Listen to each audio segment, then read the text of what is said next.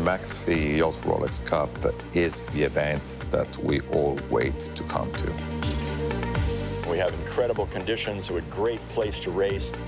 It is really the epitome of big boat sailing in the world. I love Porto for the coastal races, for the landscape. It's so special. You just need to wake up in the morning and come here. There is the best sea in the world, the best yacht club. It's a dream. I've won many regattas around the world, but I never won this one. So what does it mean to me? It means everything.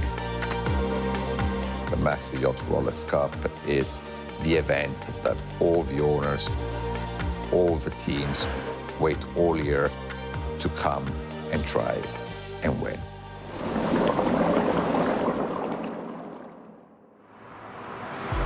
The 2025 Maxi Yacht Rolex Cup, held in Portocervo, Sardinia, and organized by the Yacht Club Costa Smeralda and the International Maxi Association, brings together the world's most impressive maxi yachts to race in the spectacular waters of the Costa Smeralda. We're very excited this year because we have 43 boats competing in the Maxi in the different classes. We have 2 World Championships taking place, which is actually a first. We have a World Championship for Maxi Ones, and we have a World Championship for Maxi Grand Prix. The Maxi Grand Prix class is a class made of pure racers. It's always been one of the most competitive classes in Maxi racing. Best sailors, best sail programs. We're very excited to see what's going to happen this year. Maxi One is the big boat fast class. We start from 80-footers and we go up to 100-footers. We're going to be racing in the Archipelago della Maddalena and around Costa Smeralda in front of Portocervo. We have the best sailors, we have the best boats, so I think it's going to be a fantastic week. Attention all competitors, this is your race committee. Buongiorno. Welcome to day 1, the Maxi Yacht Rolex Cup. The breeze has filled in nicely. Warning signal will be displayed at 1300. Portocervo welcomes the fleet with near-perfect conditions for the start of the Maxi Yacht Rolex Cup. A steady breeze of 16 knots promises fast, competitive racing under cloudy skies.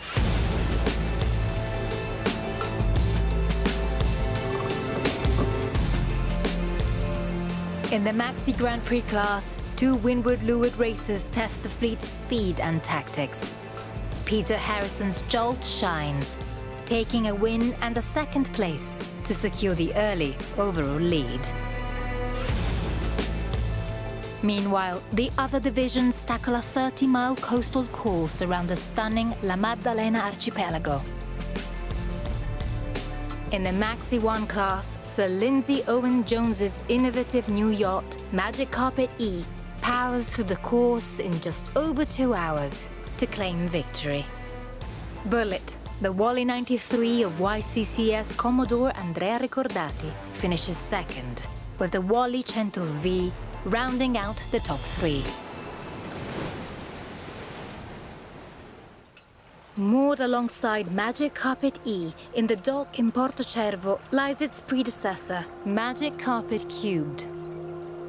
Now sailing under its new name, Tila Cana 2, the boat has a new owner with a new mission: to bring more female athletes into the world of elite maxi yacht racing.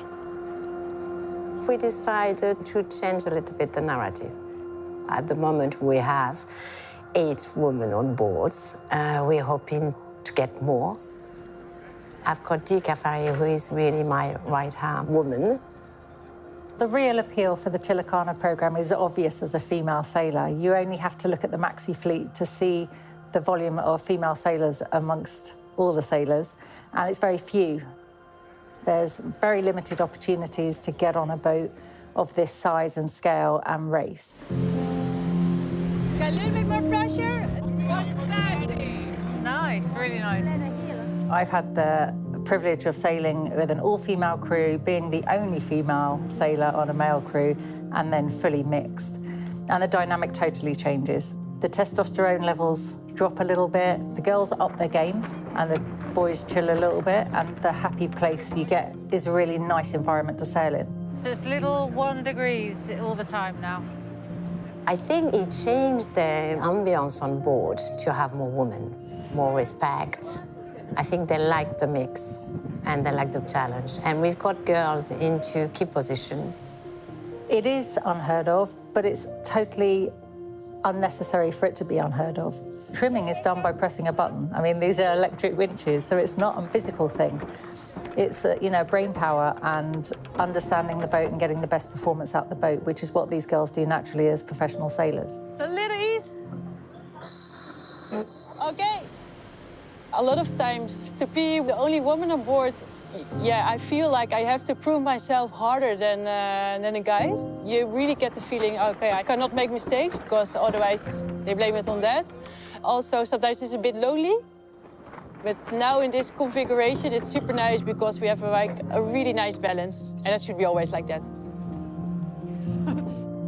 What we need is, if you're a good sailor, there's opportunities presented, and it doesn't matter whether you're male or female. That's where we need to get to. We're definitely not there yet. But the better our performance is on the water, hopefully that'll be more inspiration and encouragement for other boats to open up their crew lists a little bit more.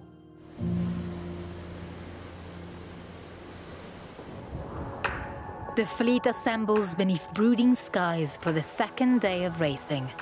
Rain sweeps over Porto Cervo as heavy clouds roll in, driven by a stiff 20-knot Mistral.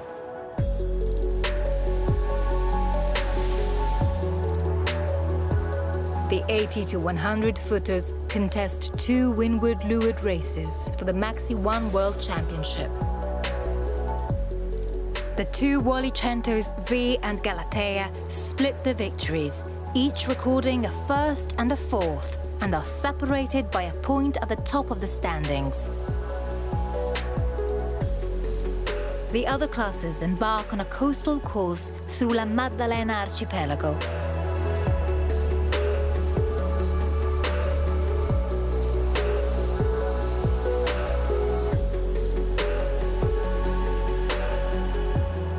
Shifting breezes and dramatic skies create challenging conditions and a striking backdrop for the Maxis powering through the islands.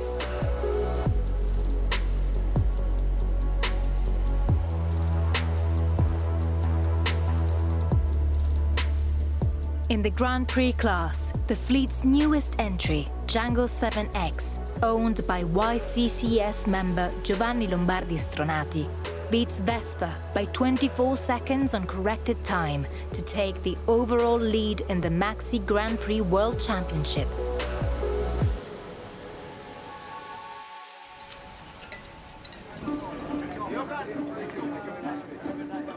Giovanni Lombardi Stronati is probably the most enthusiastic yacht racing owner in the world at the moment. I mean, he just is absolutely passionate about it.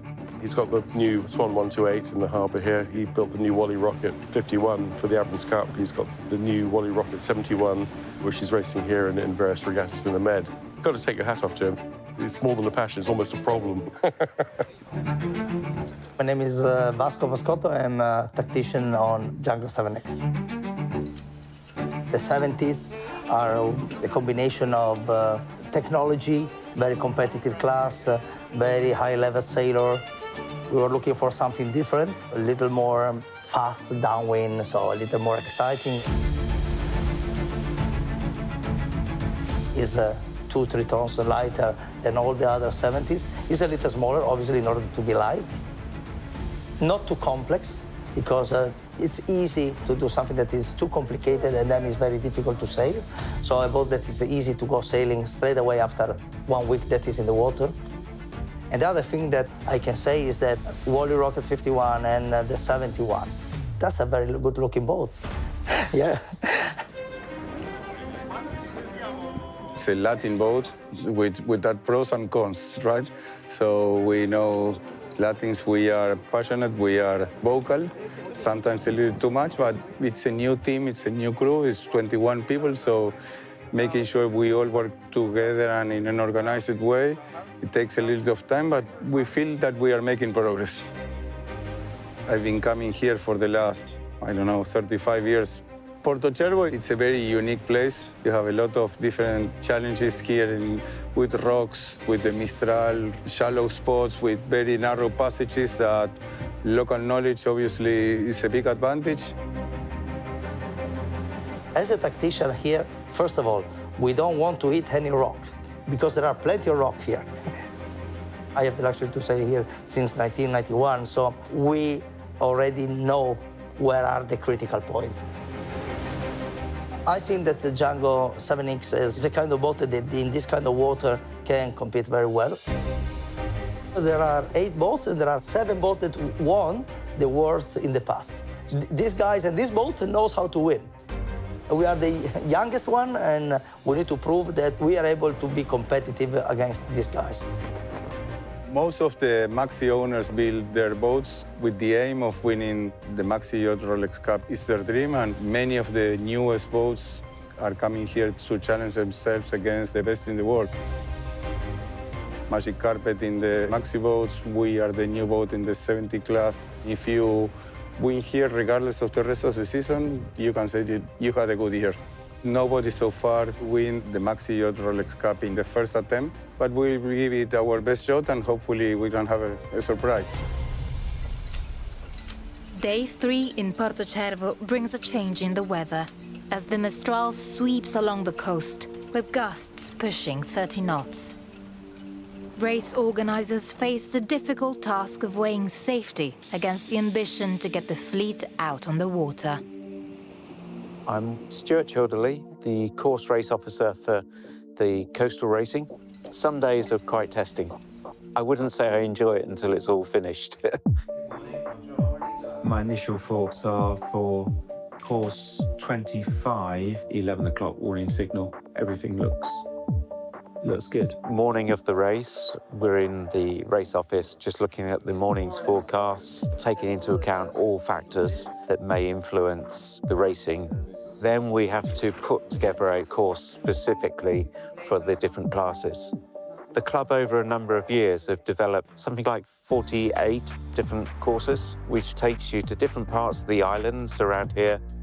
Anything from a short 12-mile coastal race right up to some of the courses are about 52 miles. For Division 2, course number 21. Our role as the race team is to take into account safety, weather conditions, and also different wind strengths. Normally, we won't start a race below 5 knots, and we shouldn't really start a race above 25, which is very frustrating for everyone to be ready after so much training and practice and then not race that day. It's very hard, and you're trying your absolute best as a race team to make something happen. We just need to be really careful of what we're asking the competitors to do in these Mistral conditions. Consistent winds above 25 knots forced the cancellation of the scheduled windward-leeward races for the Maxi Grand Prix class. After careful deliberation, the race committee sends the rest of the fleet on a shortened coastal course, with the choppy seas and strong winds providing a true test of skill and nerve. Hard down. Behind Galatea. Are we clear? Yeah. Coming down. Down here.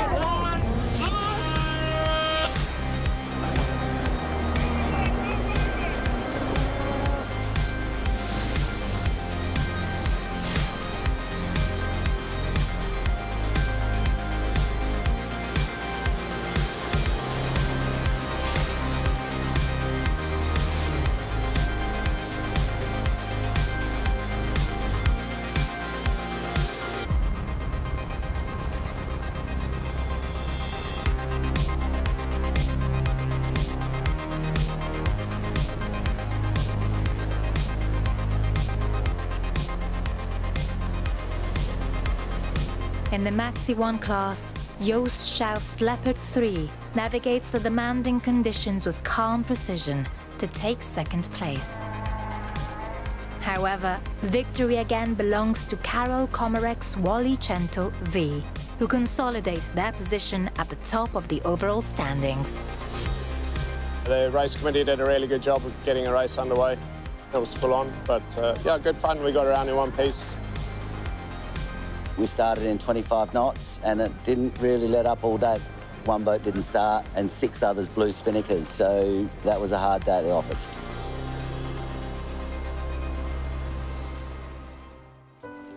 The 2025 Maxi Yacht Rolex Cup marks the first edition since the passing of His Royal Highness, the Aga Khan, who founded the yacht club Costa Smeralda in 1967 and whose values continue to guide the club today.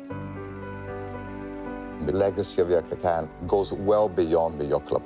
If we want to talk about Costa Smeralda and what it brought here, you just have to look around. This beautiful place, embedded in such beautiful nature without spoiling it, is his legacy. He also helped launch Azzurra, Italy's first America's Cup entry in 1983, and a defining moment in Italian sailing. His Highness was a man of great vision, and he was fascinated by challenges. So I think it was a natural step for him to bring the club into the most important sailing circuit in the world. And we did pretty amazing. Nobody was really expecting, such a result from such a young club.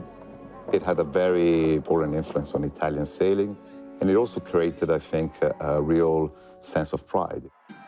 The pioneering spirit of Azzurra still endures at the yacht club through Young Azzurra, a program dedicated to supporting the next generation of Italian sailors.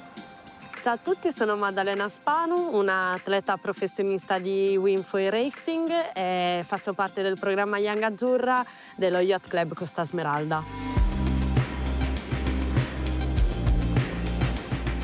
Questa mia passione è nata grazie a mio padre che mi ha trasmesso l'amore per il windsurf e tutti gli sport acquatici.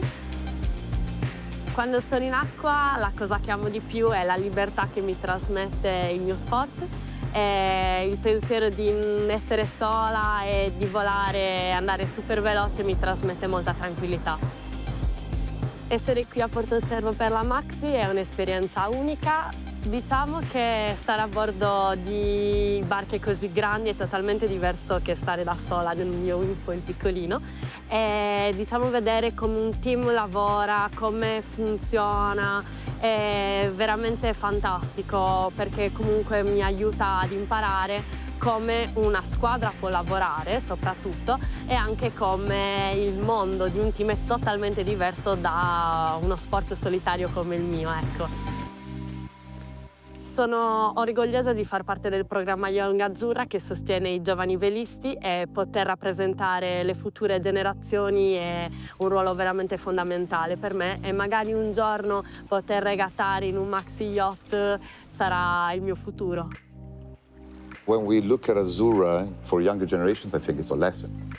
It really kind of represents what Italian sailors and Italian excellence can achieve. After losing all day 4 racing to heavy winds, the final morning dawns clear with a steady breeze. With the Maxi 1 and Grand Prix classes set to race the same windward-leeward course, and both World Championships still in the balance, the stage is set for a thrilling finale. It's a big day for everybody. For the top 4 boats, we're all within 1 point of each other, so it's all very close. It's a matter of who will make less mistakes. A little mistake can be a disaster, so we need to be smart. I like the fact that we have the other Maxi class on our race course because it chops up the air, it makes it harder, it makes it challenging on all the teams. Our expectation is to win the regatta. The final day's racing for those not contesting the World Championships is one last journey through La Maddalena Archipelago. 2 boats seal their classes with perfect scorelines. Juan Bal's Moat in the Super Maxis and Riccardo De Michele's H2O in Maxi 4. In the Maxi 3 class, Aldo Parisotto's Oscar 3 takes the final race and the title.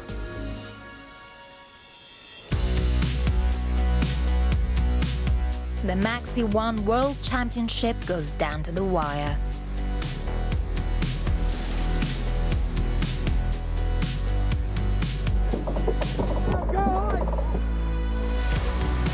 Galatea wins the first race to open up a 4-point lead over Leopard 3 and Andrea Recordati's Bullet. Leopard 3 fight back to win the second race and finish level on points with Galatea. However, it's Galatea who ultimately secured the World Championship, winning on countback. Started off with a fantastic race in the first race today, and then we had a little buffer. It was super, super close. I mean, V was leading going into today, and they end up fourth. Just shows you how close it is. Go, Galatea! 3, 2, 1. The Grand Prix showdown is equally tense. Bellamente, Django 7X, Vespa, and Jolt are all in contention for the title.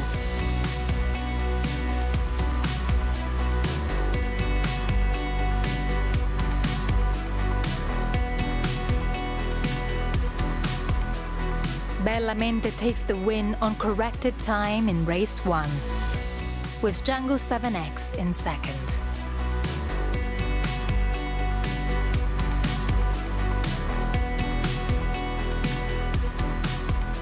Jolt is the fastest on the water and is first across the line in both races. But a second-place finish on corrected time for Stronati's Django 7X is enough to secure the Maxi Grand Prix World Championship on its debut, 2 points ahead of Jolt and Bellamente.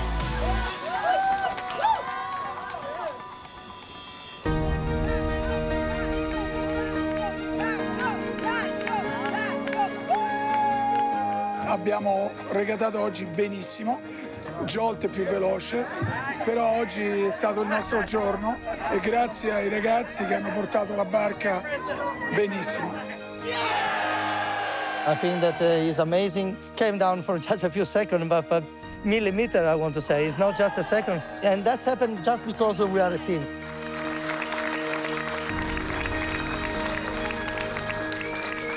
Today we did our best performance this year. Very, very proud about the Django team.